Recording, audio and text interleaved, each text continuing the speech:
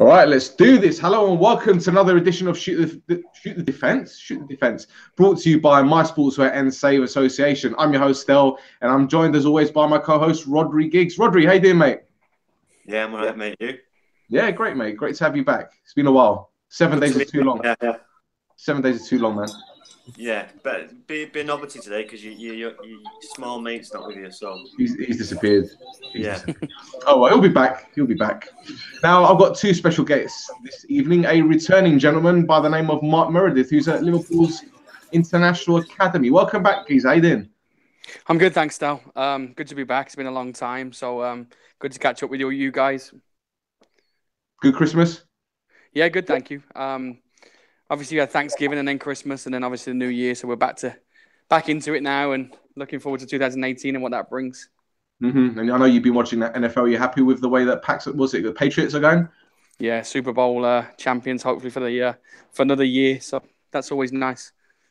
Wonderful, wonderful. Right, our third guest this evening is a gentleman who's making his debut on the show. He has his own podcast called the Sports Corner. It is DA. How you doing, Geezer? You all right? What's going on, Del? You all right, man? Thanks for having me today as well. Hey, it's an absolute pleasure, mate. Absolute pleasure. Before we start talking about the show, would you want to tell our listeners a bit about your own show and what it's all about?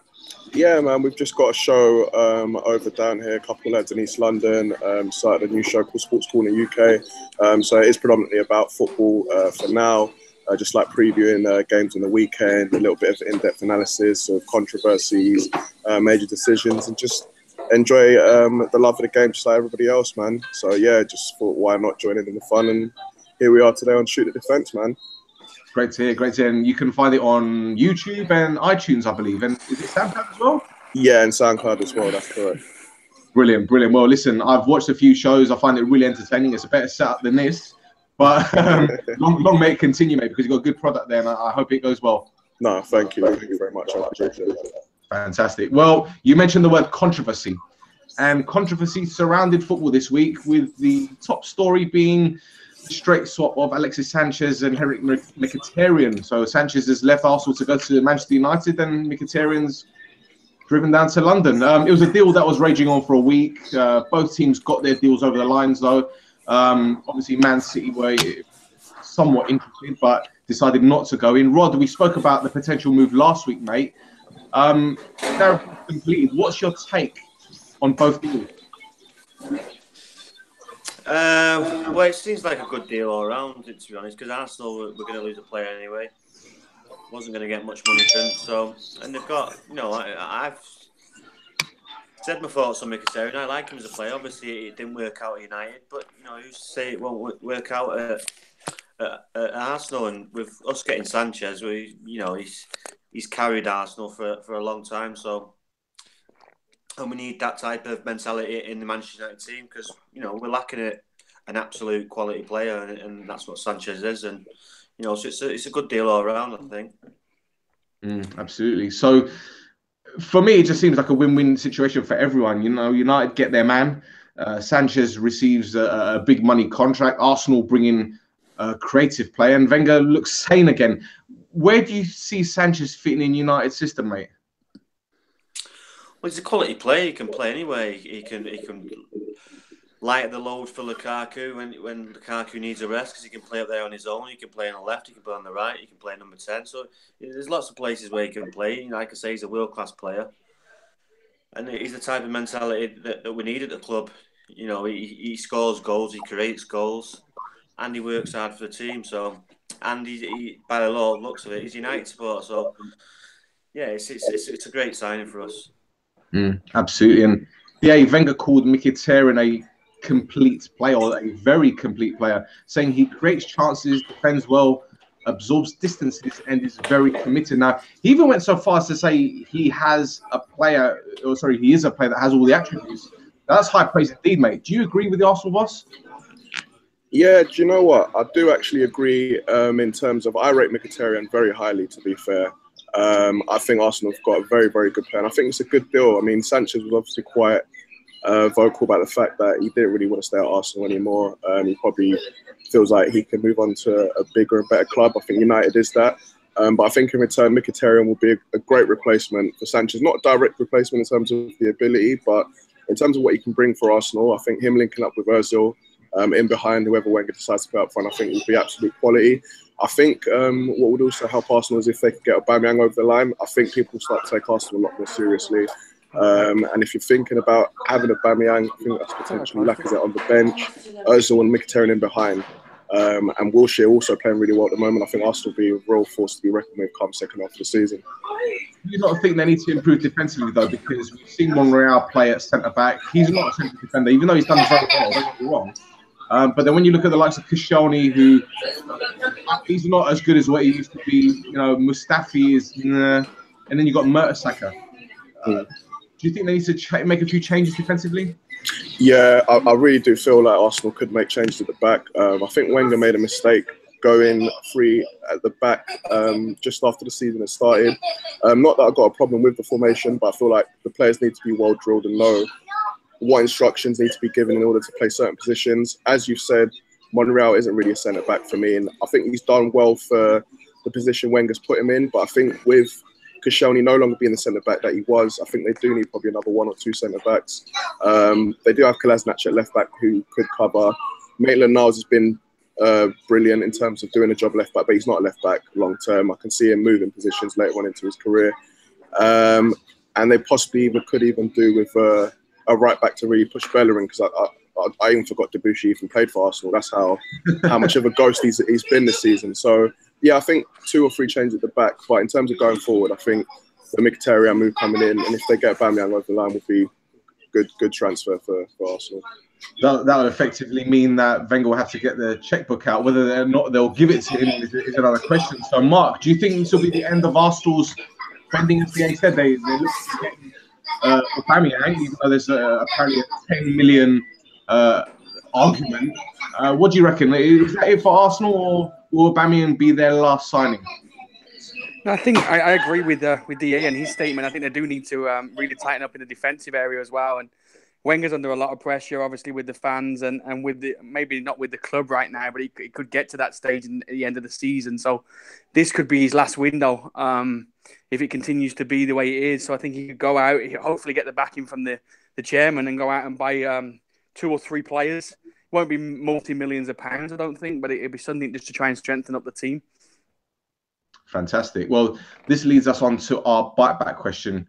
Obviously, Alexis Sanchez going to United left a bit of taste in the mouths of Arsenal fans, as the same thing with Robin van Persie and other deals.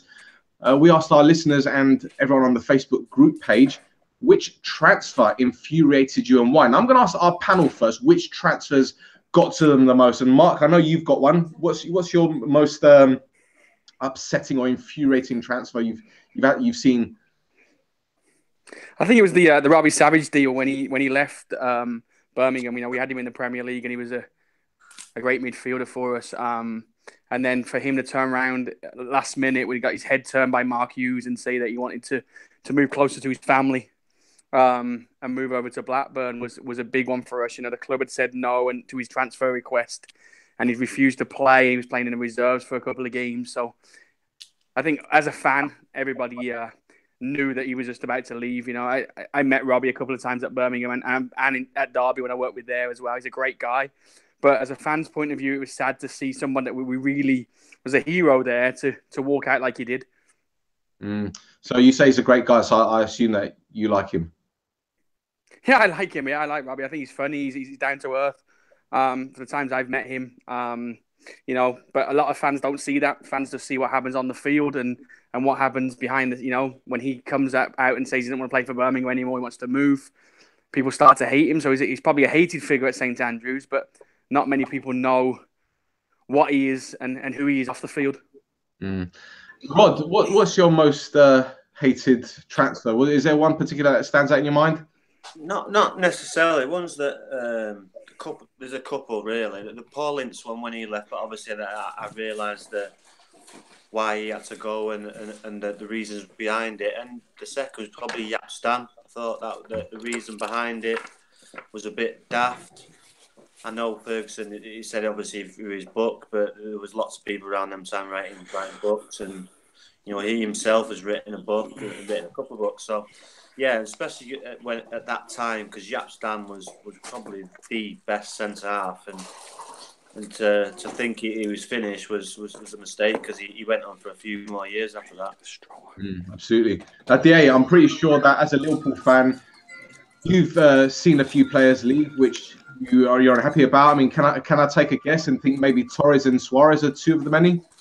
Yeah, it's not a subject I like touching on very often, but we've had a number, even going back to Michael Owen as well. I was a big Michael Owen fan growing up, and just as it seemed, as when the club was building to let, in my opinion, was a world-class striker go, was really disappointing. But I think as of late, the latest one, Philip Coutinho, really hurt me, because I think as Liverpool fans, we all knew that he was going to go in the summer, but I feel like it was criminal to let him go in January. On the podcast, I've mentioned so many times that if he is going to go, let us just secure fourth place one more time, allow us to get catering in the summer, and then he can go. But for him to go in January, I said on the podcast last week in Sports Corner that I haven't got an issue with playing teams like City and Leicester. We're going to come at us. I predicted we're going to beat City. It's the teams that are going to sit back and defend and not leave too many holes for us to expose. That's where Liverpool, for me, haven't been effective enough this season. We've seen that from the draws as well. And it happened again on Monday night. I was really disappointed, but I can't say I was shocked. And I think we're going to have to get used to the fact that Liverpool are going to struggle against that kind of opposition this season.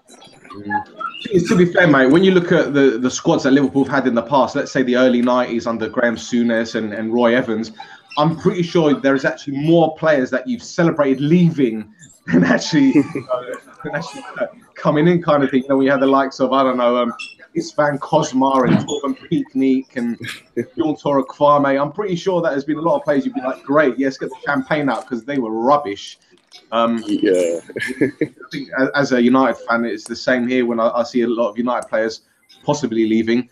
I'm not going to name them because I do it every week, so I'm not going to get into that. But let's talk about the ones that the Facebook group have listed. And Harry from the Sofa Sports News podcast says Robin van Persie. As a Gooner, I'm unhappy with the current regime, and the part of me understood why he wanted out. But at the same time, Arsenal picked him up as a youngster with some serious issues. Nobody else wanted to touch him, and having put up with poor fitness records over the years, it was so that the minute that he wanted to he wanted out. A lot of Arsenal fans said Van Persie, a lot of swear words as well to describe him. Spurs fans say Sol Campbell.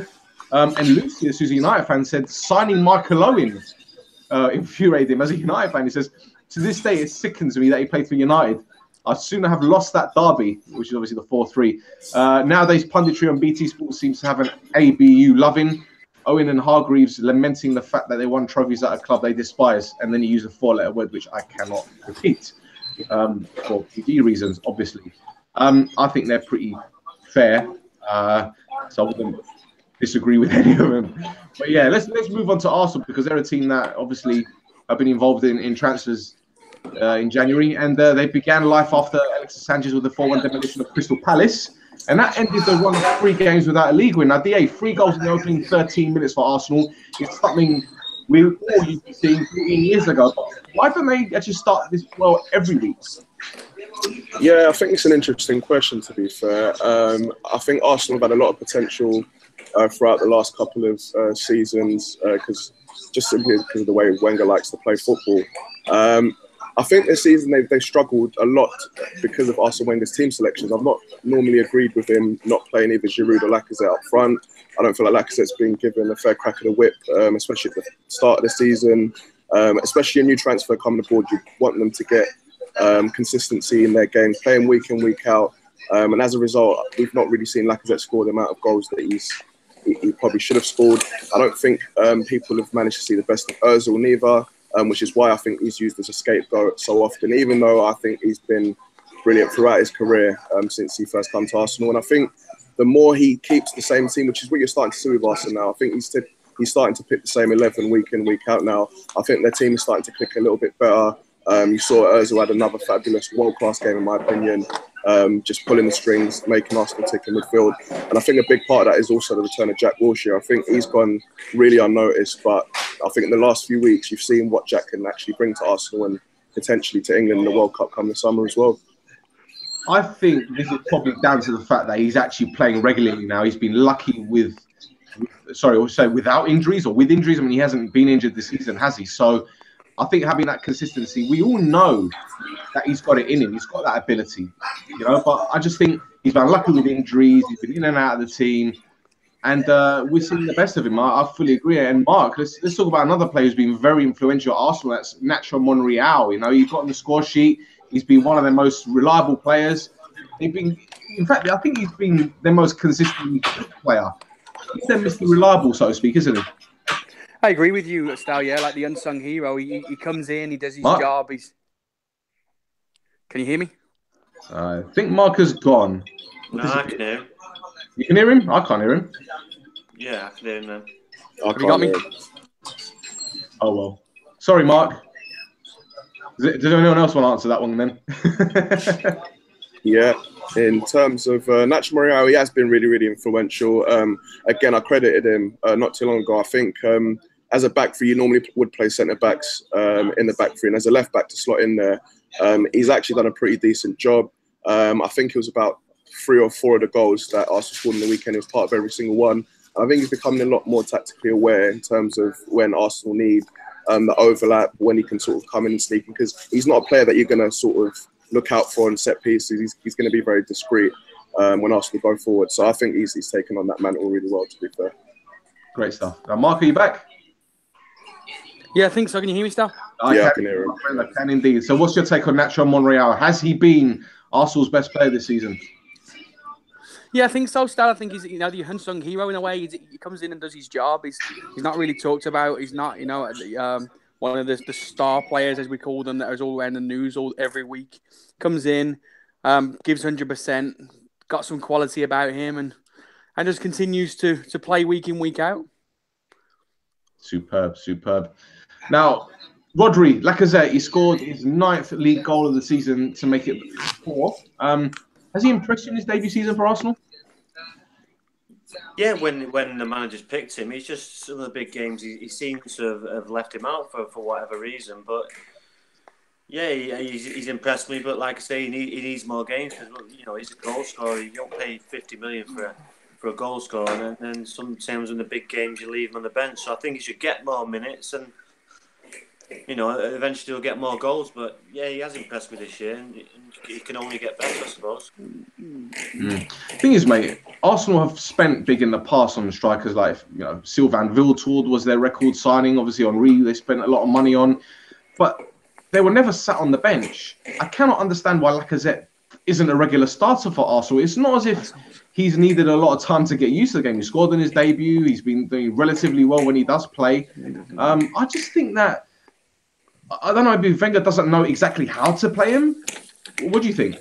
Possibly, it's just one of them things that you just don't know. It's just obviously it's down to the manager and the personal choice of himself. He obviously sees him in training sessions, and he's obviously something that he doesn't fancy in the big games because he's obviously not played him. So there's obviously an underlying issue there. But when you spend £50 million, he would expect to play, and he's not been playing. So we'll just have to wait and see if he plays much more till the end of the season. But he's a goal scorer. We've seen that already. He'll score goals, so he has to play more. It must be frustrating for the player as well. Spending that much money on him, and he's scoring goals when he does play, and his manager's not picking him. So it must be frustrating for the lad. But all he can do is keep on doing when he gets the chance, and when he plays, scores. Yeah, he's the kind of player that you could imagine in a Liverpool shirt with that system that they play, with Mane and Salah.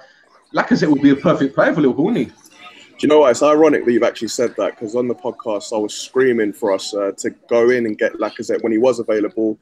Great minds. Yeah, because it makes sense. Liverpool just secured Champions League football, Arsenal win the Europa League, and I thought there's no way that we won't not go in for a striker like that, and he's going to end up heading over to the Emirates, and he did. And I was really disappointed Liverpool didn't put in a bid. I really, really rate Firmino for what he's done this season. He's not a natural centre forward, and I think people forget that. And I do forgive him for missing chances like he did on Monday against Swansea, because you don't just become a centre forward after playing there for 1.5 seasons. It'd be a mockery for the rest of the likes of Aguero and Kane have been playing there their whole lives. And Liverpool do need a centre forward. They really do. It's a shame we missed out on Lacazette, and I think it's going to be a shame if we miss out on Aubameyang as well. And I just think strikers do go on droughts. They're not going to score every single game, even the best of them, like Harry Kane.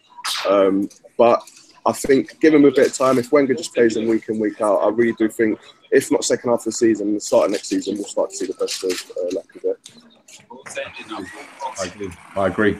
Now, Rod, Alexis Sanchez's new club United just about beat Burnley at the weekend, but Anthony Martial has been one of these players where he's been in and out of the team, he's got on the score sheet, got the winner, he's got a bit of form at the moment. Why do you think that is? Do you think it's because he's playing regularly, or has the penny finally dropped?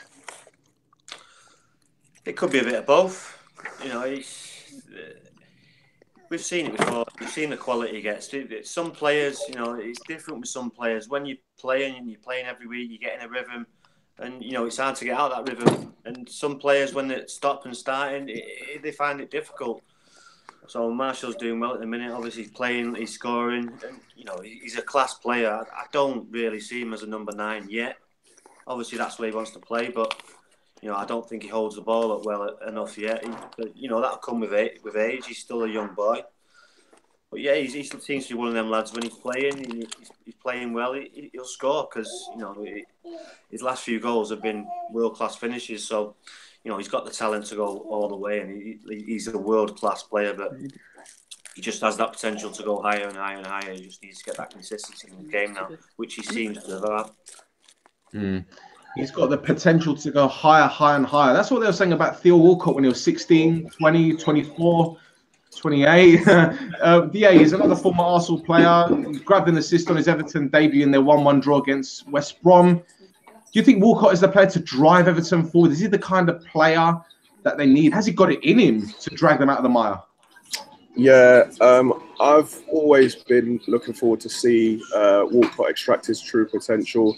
I don't think he was ever going to be a world beater, like certain people were saying that he was going to be, but I always thought that he could be a very, very effective player, particularly for Arsenal. The club that ended up picking him up from Southampton. But I just don't feel like Arsenal applied, or Wenger in particular, applied him as well as he could have.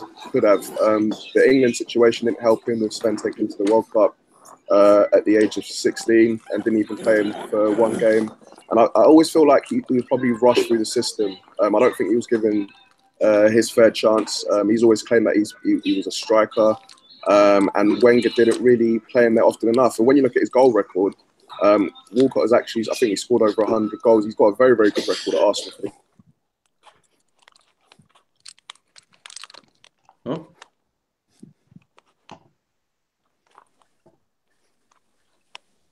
Are you still there? Rod?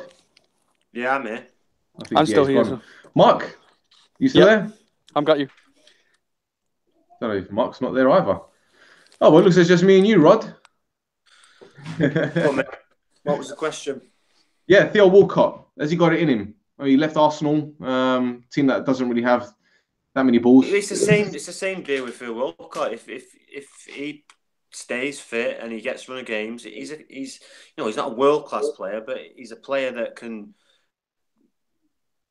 Everton and make them a better team. And you know, so yeah, he can drive him from, not with his, with like a Roy Keane style driving form, but with his play and with his quality and with his pace and with his goals and assists. If he can stay injury free, then yeah, he'll do well for Everton. It's a good signing that for Everton because there's like got rid of Alan Lennon and brought in Theo Walcott. It's a bit of an upgrade. So yeah, I think it's a good move. Absolutely. Oh, yeah, you're back.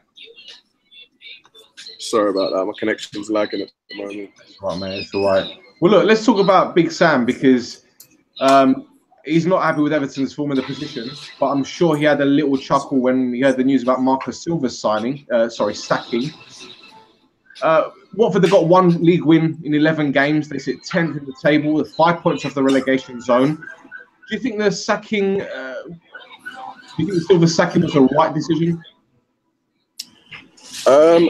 No, I don't think it is. I don't think a lot of the sackings these days are the right decisions, bar 1 or 2. And I think a lot of the activities that go on within the boardroom in terms of being inept and not making the right transfer decisions, their blame a lot of the time gets passed down to the manager, because the manager that we see in the press conferences, we see him on the touchline being upset by issues that we aren't really aware of. And I think a lot of the blame is unfairly pushed onto the managers.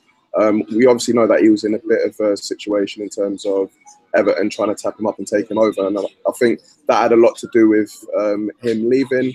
But I think it's left them short. They're halfway through the season now.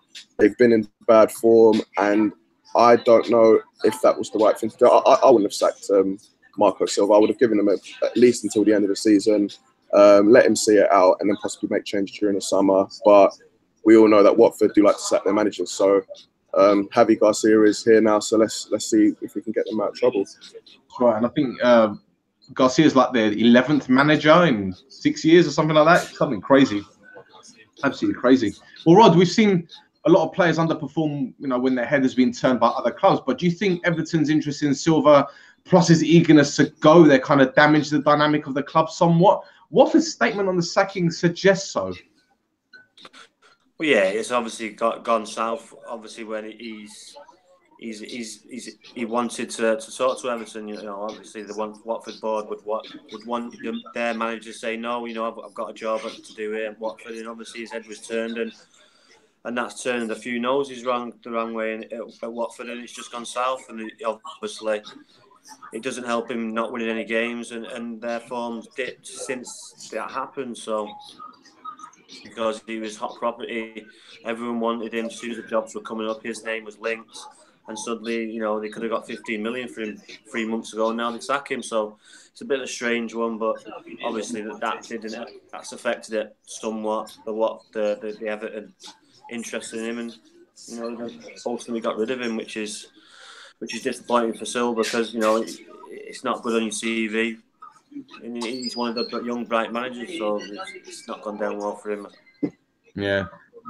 The funny thing is that a lot of players, a lot of managers are becoming like players, in the sense that 1 minute they're lauded, a lot of teams are after them, and then within 2 or 3 months they're finished. Like, no one wants to know who they are. It's remarkable how money has changed the Premier League, and it has somewhat. But if you can understand both aspects, you can understand the chairman of Watford or the board of Watford. We've given you a job. You've been in the job for 4 or 5 months, and then you suddenly get turned.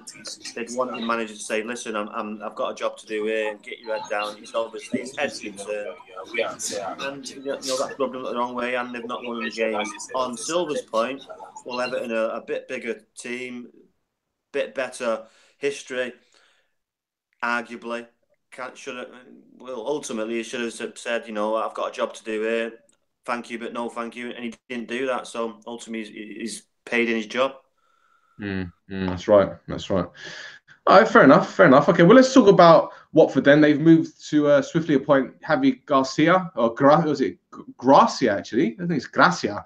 But what do we know about him? Well, the experts see him as a tactically astute coach who makes his teams hard to beat. Now, unfortunately, Yannickis isn't here to be our Spanish football expert, but I know the highlight of Garcia's career has been being Malaga's head coach when they beat Barcelona 1-0 at the Camp Nou in 2015.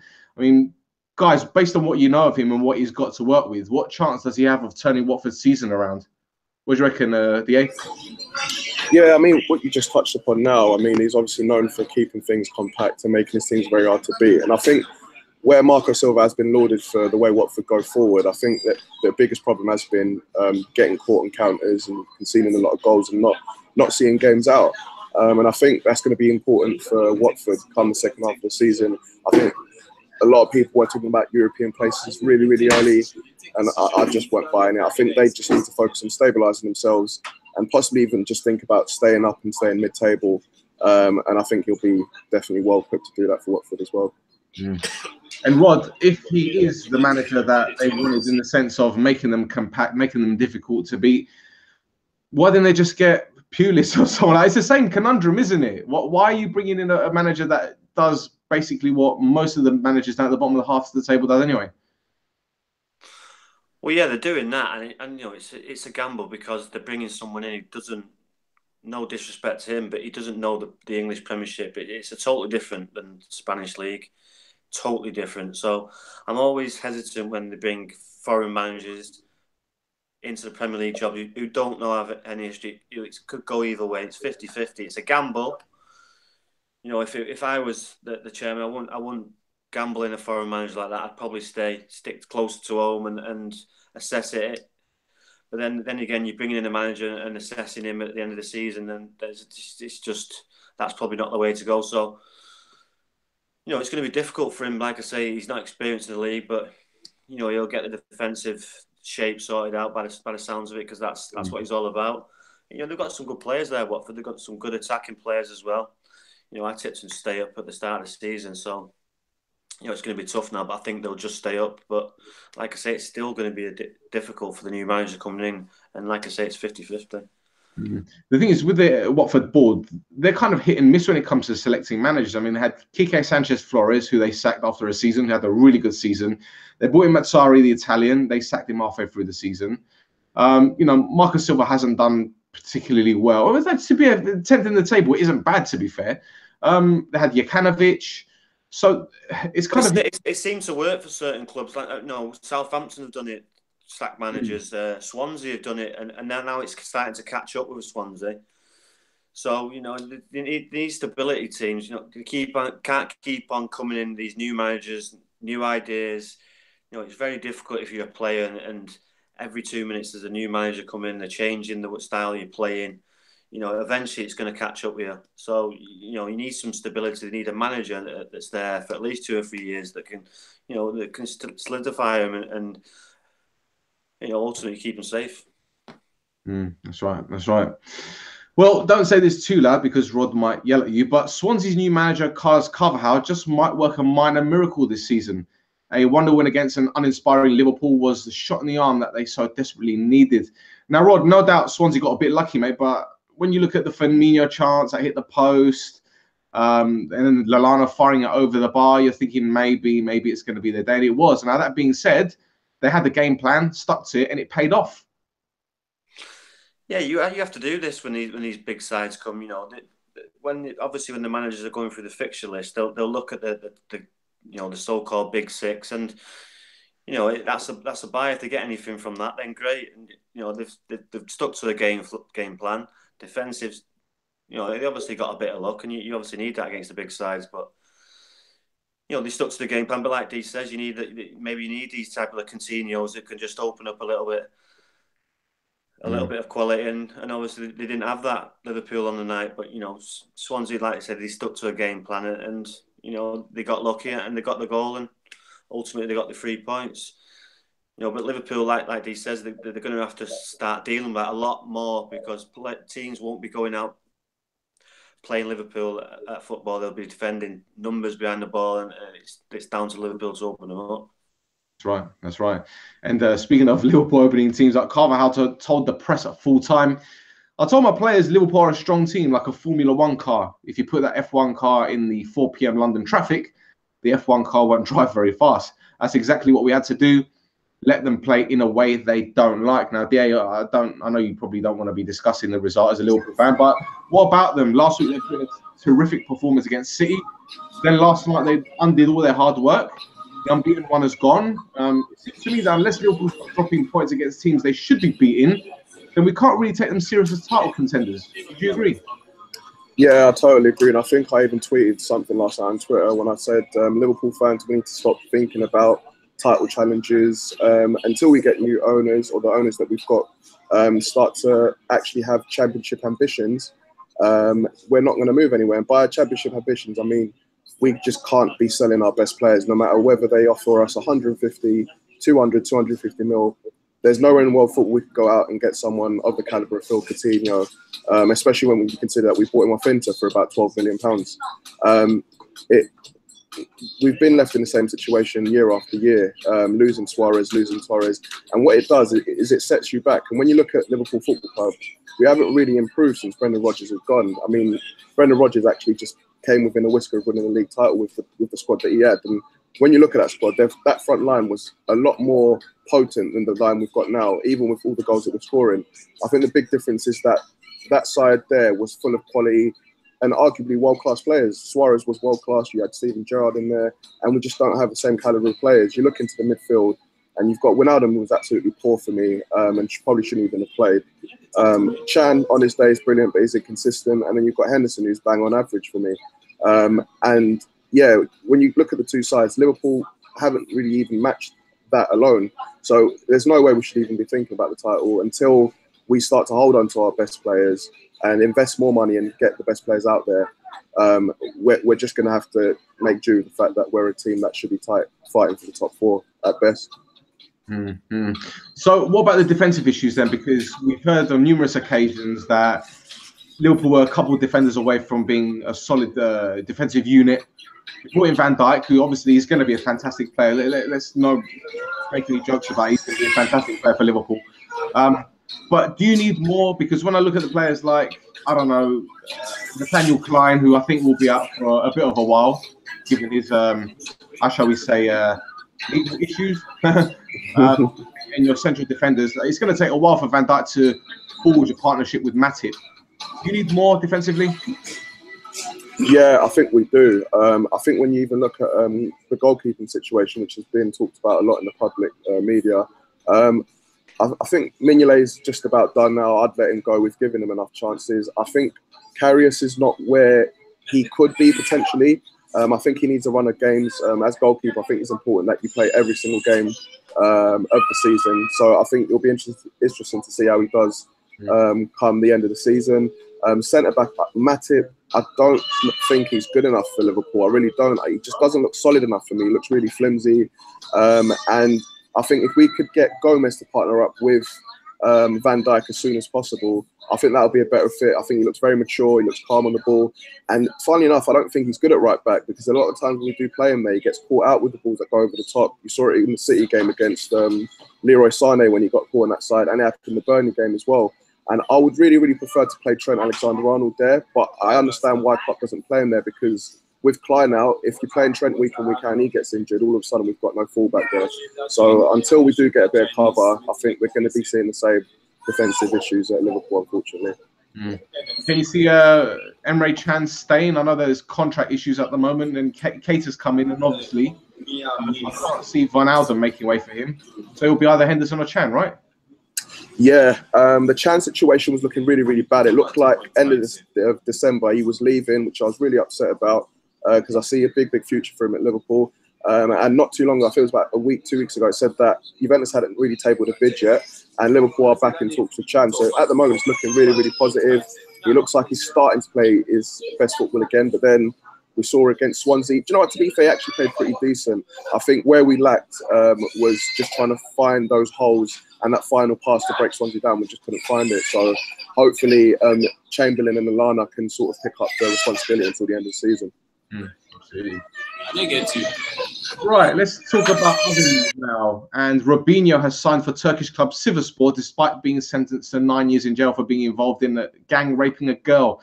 He's allowed to sign for another club because his appeal is going through the Italian legal system. Now, gents, I'm no expert on the Italian legal system, but a 9-year sentence kind of tells me he played a big part in the crime. Even if they reduce it, which they probably will, why would any team want him on their books? Why would they touch him with a 100-foot barge pole, Rod?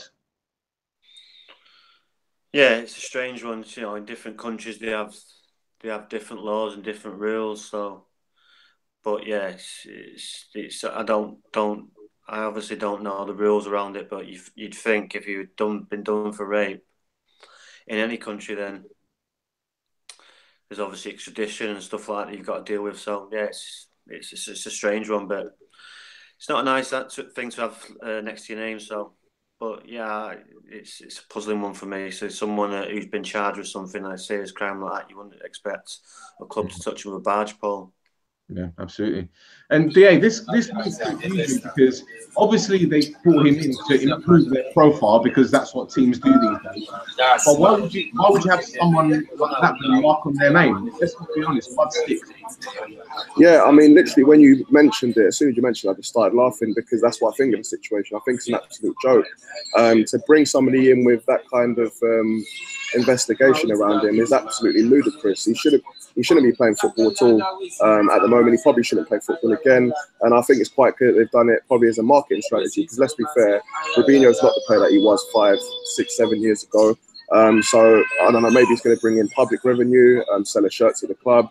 I can only see it as a marketing move because he's not the player he once was. And yeah, just the mere fact of hearing him playing football again, it's absolutely ludicrous. I think FIFA themselves should be looking at that situation as we speak. No, I agree. Well, let's stay in Europe and League 1. And another player, Mourinho, got a shot of Memphis Depay, scored his customary one worldie in a blue moon. This time it was the win against Paris Saint-Germain in the last minute. Now, the annoying thing about Depay is that he's extremely talented, no doubt about it, but he just doesn't get it, does he? Do you think he can ever become one of the world's best players? And I'm not talking like Messi, Ronaldo levels. Do you know what? It's an interesting question, and it's a question you can throw around a lot of these players we look around Europe as potentials. Memphis Depay had a big buzz around him when he went to Old Trafford, and I think Liverpool ourselves were looking at him, and he eventually went over to Old Trafford. And I was jealous, I was envious because he looked like a real potential world beater. I think he scored a wonder goal during his first few games at United. Is when I thought, wow, we probably got a player on our hands here in the Premier League. But I think his mentality started to waver. Did the big wage and the big salary have something to do with it? I think we see a few players making a move far too early and getting paid a lot of money far too early as well. And I think it affects their hunger for the game. And listen, we all know the lad's got quality. When you saw the goal he scored against PSG the other night, a winner as well. I think all of Europe turned around and said, wow, this is probably why Memphis probably had a bit of a buzz around him early on. But I think it's going to have to be down to him to knuckle down, as we've seen other players like Ronaldo and Messi. Not saying he's of that caliber, but if you really want to be known as the world's best, then some responsibility has to be taken on. Going to the training ground, working on your skills and game week in, week out. I agree, 100%. Rod, what do you make of Depay? Do you think if he screws his head on properly, he might actually be a half-decent player?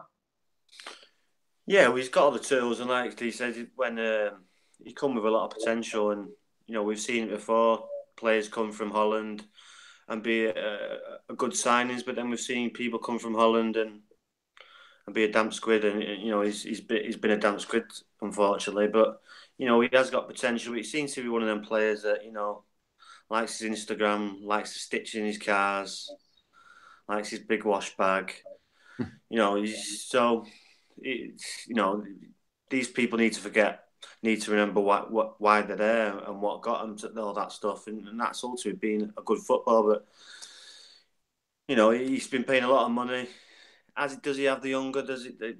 I don't think he does. To me, he didn't see that at United. I didn't see that one bit. So, but like I say, he has got the potential, and he's still young. Maybe the penny will drop, and maybe what come back to United and do something. But I can't see it, to be honest. But you know, he's doing okay in the French league. Maybe that's where he should stay. Fair point. Right, moving on to Spain, and the country's footballers' union has slammed La Liga's agreement between themselves, the General Sports Authority in Saudi Arabia, and the Saudi FA that has seen 9 Saudi players join 6 first and second division teams. They put out this statement where it reads, "This new business model prioritizes the economic aspect of the sporting one. This agreement impedes the development of young footballers and represents an obstacle to the opportunities for the youth academy, which isn't always accorded to this type of opportunity." Now, gents, I can see why the union reps are unhappy. I mean, it's only a handful of players, though. You know, I'm sure many teams have signed players for big fees who haven't delivered. So what's the big deal if a few Saudi players rock up and try to learn? Rod, what's your take on this? I don't see the issue one bit. Ultimately, if they turn up and they train and they're not good enough, they're not going to play. All they're going to do is train with them. So if they're good enough, then they'll get an opportunity, and that's great. So I don't see the issue. It's obviously some old fuddy-duddy who doesn't like what's going on, and he's opened his mouth. But I don't see a problem with it. Ultimately, if they're good enough, they'll play. If they're not, then they'll be sent back to the sand. There you go.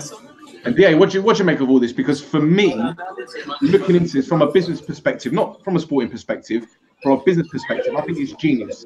The teams get a lot of exposure in Saudi Arabia. It's a thriving, financially thriving country.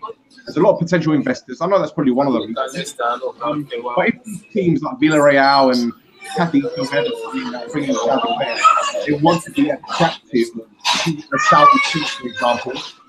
How else are they going to be competing with Real Madrid and Barcelona if they don't have the finances? So you tell me, what's your take on this, mate? Yeah, I totally agree with Rodri, to be fair. At the end of the day, if they're not good enough, there's no manager in the world that's going to end up playing them. And if they are good enough, then they've got a piece of talent in their hands. Financially, it helps them. I think the only way a deal like this is looked down upon is if the other end haven't benefited financially wise. So I think that's where the real issue is. I don't think there's any real issue with players coming through. I don't think they've benefited in financial terms, to be fair.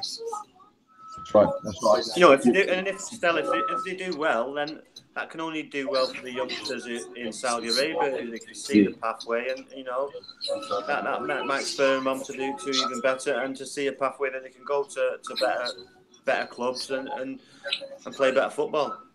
No, I agree. Like I said, I don't have any problem with this. I mean, let's be 100% honest. We've got the 2018. Well, sorry, the 2022 World Cup is in Qatar, right? And let's be honest, they've had a lot of crud thrown at them because of the human rights and all that kind of stuff. And I know Saudi Arabia is probably the same. But at the same time, they've got players that want to develop. Why is it all right for, I don't know, players from China to come to the Premier League? Why is it all right for South Korean players? Why is it, you know, I know it's all of the same thing. T-shirts, it's exposure, it's, you know, getting the brand out there. That's exactly what we managed to do. I do not see the problem at all. It doesn't, I can't register. I don't know what the problem is. Yeah. I just think things like this comes down to a little bit of politics, when really politics shouldn't be involved in football. So, you know, just keep the, you know, like I say, if they're good enough, they'll play. If they're not, they won't. It's very simple. I can't see any downside to it. That's right. No, I agree. I'm glad you agree on something. Right, let's move on to our final story, which broke this evening, and that was Phil Neville being appointed the England ladies manager. But the thing is, Mr. Phil Neville didn't use the tweet delete function and remove all of his tweets from the past, and a few have, how shall we say, crept from under the floorboards, and a few sexist comments, shall we say. Yeah, is that the end of his career before it's even started? Is he going to have a shorter reign than Sam Allardyce? Yeah, I don't think Sam Allardyce's record could be beaten, but Phil Neville's gone and surprised the whole world. It's a shame that we get issues like this creep up, to be fair, because when we seem like we're taking 2 steps forward, we end up taking 4 steps back due to things that could have been so avoidable. And listen, no one's got a perfect past, perfect history, but he's done himself no favours. And at the end of the day, there's a price to pay for what he's done. And unfortunately, if he does get sacked really early, that is the price he's going to have to pay. And Rod, what do you make of all this? Because I know that one of the tweets was to his sister Trace, who I believe plays netball. But well, she's a coach. She's England coach for netball. She's really good, actually. There you go. So he's put out a tweet to her about, I don't know, what was it? Was it equal pay or something? And the other one was his missus about cleaning dishes. I don't know. For me, I think that, okay, it might be blown a little bit out of proportion because of who he is and because of the way that social media is. However, you've got to be careful with things that you tweet, especially someone with his profile. I mean, he's done work for the BBC. He's been on the BBC on a regular basis. He's obviously getting into coaching. Is this just like a total brain lapse, or did he completely forget about it, or does he probably regrets it now? I know he shut down his Twitter.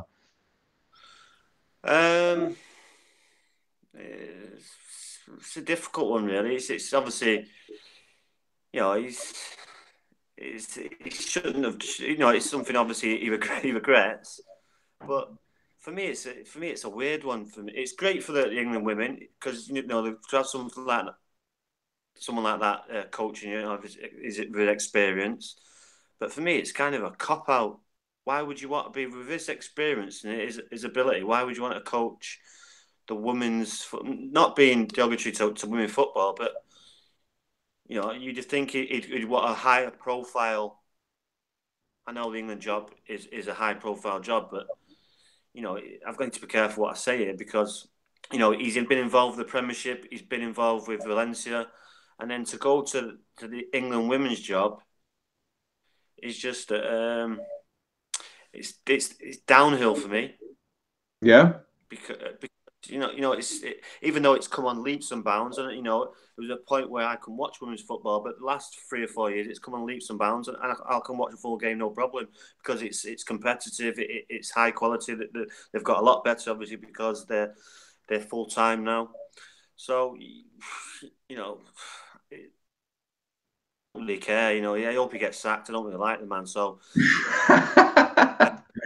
But that's being honest. Listen, the way I see it is that, look, there are plenty of other coaches out there. I know Mark's not here, unfortunately, he's not on the line anymore. But there are plenty of other coaches, like Mark, for example, who have been in the game for years and they've struggled to get jobs in England. What I'm trying to say is, for someone like that, there's a lot of better qualified people that could do a better job. Is he getting it in? Is he getting in that job for the right reasons? Is he gonna put 100% into it? You know, because he's made derogatory remarks on Twitter. All right, they might have been like playful, but you know what the world we live in today. People take that the wrong way, and now he's deleted his Twitter. That's how bad it's got. You know, he needs to grow up there. He's done it. Say, okay, explain the reason and move on. Instead, he's deleted Twitter. He's making it an even bigger thing than it is. And, you know, ultimately, he might pay for his job, which... Yeah. So... But the thing, what you just said is precisely what I was alluding to, in the sense that people like Mark have gone abroad to coach because they weren't given the opportunities out here. I mean, why couldn't someone like Mark, who's been at Leicester, who's been at Birmingham, who's been at Derby County, who's at Liverpool's academy now, like who's mentoring people like Steven Gerrard, why can't people like Mark have an opportunity to coach the England national team for the ladies? Well, there's hundreds of qualified people out there like that, but you know, he works for the BBC. He's got a name. He's played for Manchester United. You know, he is qualified for the job, but is he overqualified? That's what I'm thinking of. He is overqualified to do the women's job. I'm sure there's a lot better qualified people. Should it be a woman's job? There's an argument for that. I'm sure there's more qualified women and coaches out there that could have done a fantastic job. You know, why does it have to be a man? It's a woman's game. Why can't a woman? We don't have women's managers in men's football. So, you know, I just think he's overqualified, and something doesn't sit right with me when I seen it advertised. He got the England job. Why would he go for that? But you know, yeah, I agree. DA, what do you make of it then? Because, as I said before, for me, there are a lot more coaches out there that are probably better qualified, got more experience, and are probably better suited to it. Let's be 100% honest. I know that he's got the name, and I know, as Rod said, he's played for United and whatnot. But and these ladies may actually look up to him because of that. But at the same time, other coaches who, as I said, better qualified, go abroad, do better jobs at other clubs. I mean, I can tell you the San Antonio FC coach in the USL in America, Darren Powell, is a fantastic coach. I could tell you someone like, I don't know, Mike Kelleher, who's the director of football at Charleston Battery, is probably better qualified. So why are they going for someone like him? Is it because the FA want to keep a big name in the fold? I don't understand. Like with Rod, it doesn't sit well with me. It really doesn't. Yeah, I totally agree with you. I think managerial selections for a lot of clubs in the last few years haven't really been ideal in terms of England's overall progression of football. I've talked about it a lot in previous podcasts, especially when you're looking at the England jobs in general for the men's team. I feel like when you're looking at the talent coming through from English clubs, when you saw the likes of Paul Scholes, Steven Gerrard, David Beckham coming through at the ages of 18, 19, that was due to having English managers or managers that respected the culture of English football coming through. And I think there's a reason of why we even have this current problem where our young talent are just not getting the time to play. We saw our youth teams earlier on in 2017 winning 3 major tournaments. I think it was 2 World Cups and the Euros, with the likes of, you had Phil Foden in there, Solanke, the list goes on and on. Ryan Brewster was in that side. And you're looking at them trying to break it through into the first team, and they're just not. And I feel like at club level, especially when we're going out and getting all the foreign managers like the Jose Mourinho's, the Guardiolas of this world, as good as they are for the Premier League, you're going to see a stall almost in terms of quality coming through. And English football in general, I feel like it could do with a shake-up. I mean, when you're looking at the new jobs going around, why couldn't we go for like an Eddie Howe? Or even the fella over at Bristol, Lee Johnson's doing a really good job at the moment. I feel like there's a lot of young managers that need to start being given a chance rather than seeing the same merry-go-round of the Pulises, the Pardew's. They've done their job. They're being sacked. So why we keep rehiring them again? I think that's a big question that needs to be looked at. Yeah.